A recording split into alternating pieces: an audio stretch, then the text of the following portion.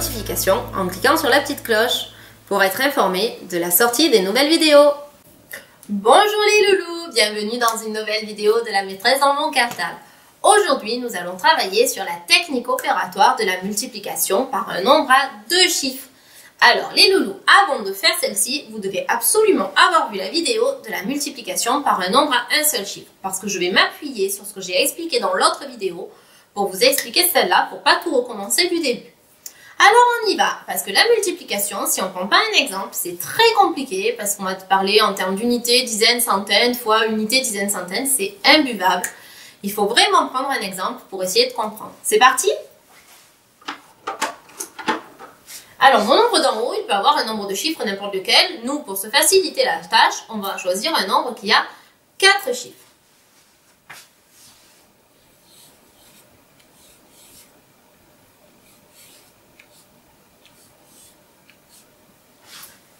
Et ce nombre, on veut le multiplier par un nombre à deux chiffres et on va choisir un petit peu moins facile que dans l'autre vidéo. Dans l'autre vidéo, on avait pris 5 parce que c'était une table qu'on connaissait bien.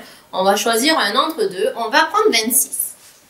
Alors, la question, c'est de savoir à quel endroit on doit écrire 26. Donc, je regarde mon nombre d'en haut. Je trouve la colonne des dizaines et celle des unités. Et j'écris mon 26, unité sous unité. Dans 26, le chiffre des unités, c'est... Mais oui, c'est 6.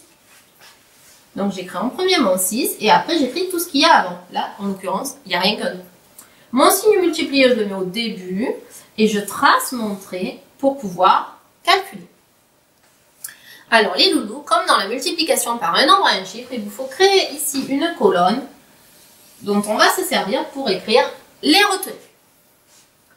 On commence, on fait comme si notre nombre avait qu'un seul chiffre pour l'instant, c'est la même technique que dans l'autre vidéo, et on distribue.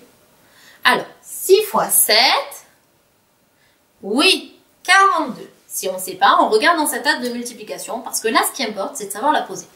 42, j'écris le 2 des unités, et je retiens le 4 des dizaines. Ensuite, si vous voulez, je vous le fais avec le code couleur, comme ça, peut-être ça vous aide, je ne sais pas si qui arrive pas trop. Alors, donc 42, on a dit 2 unités et 4 dizaines dans 42. Donc, c'est le 4 que je retiens. 6 fois 5 maintenant. 6 fois 5, ça fait 30. Plus le 4 de retenue, ça fait 34. Donc, je barre mon 4, je le mets ici et je retiens 3. 3, c'est une centaine en l'occurrence. 6 fois 3, ça fait 18. 18 plus 3... ça fait 21. J'écris mon 1 et je retiens 2. Et je barre mon 3 parce que je l'ai déjà utilisé. 6 fois 2, ça fait 12. Plus 2 de retenue, ça fait 14. Donc j'écris mon 4. Et le 1 que j'aurais dû mettre en retenue, eh bien je le garde et je l'écris ici tout de suite parce que ici il n'y a plus de chiffres. Et je passe au 2 maintenant. Et voilà les loulous, c'est là qu'arrive la difficulté. À quel endroit je vais devoir écrire mes réponses? Donc, regardez bien.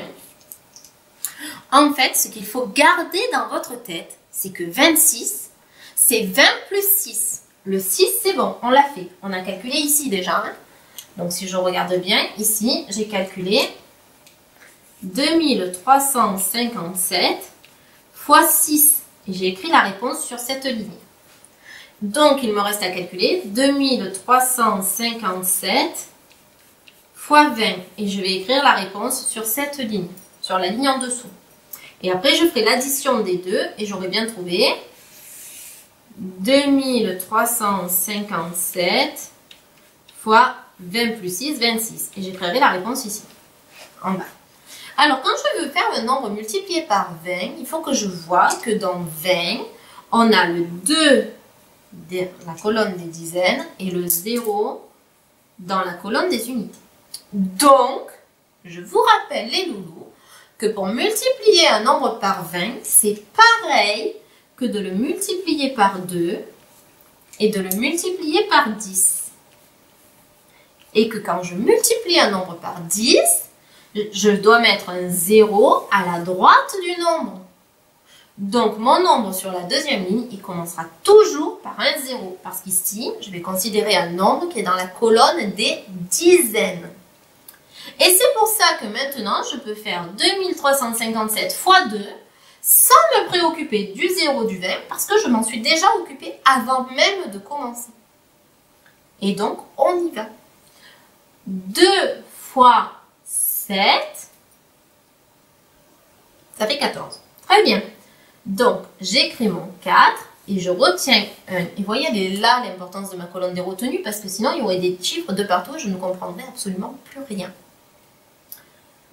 Pourquoi là j'ai pris en rouge? Parce que en fait, mon 2, lui, il est déjà dans la colonne des dizaines, donc ça va tout me décaler. Donc 2 fois 7, c'est à cause du 2 qui est ici, que c'est déjà dans les dizaines. Ça fait 14. Et je retiens